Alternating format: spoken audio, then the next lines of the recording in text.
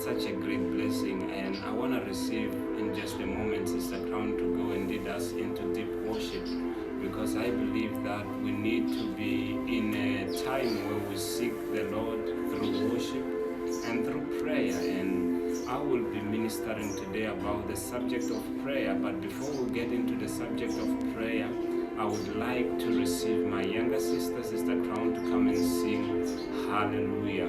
Can we just pray before I welcome her and receive her? Father, in the name of the Lord Jesus Christ, we give you all the glory, we give you all the praise. We welcome your divine presence. We pray that, Lord Jesus Christ, you touch each and everyone who will happen to watch this video in the mighty name of Jesus Christ. Heavenly Father, let your power and let your glory be upon each and everyone in Jesus' mighty name. Thank you, Father. Amen. Sister Crown, it is all yours.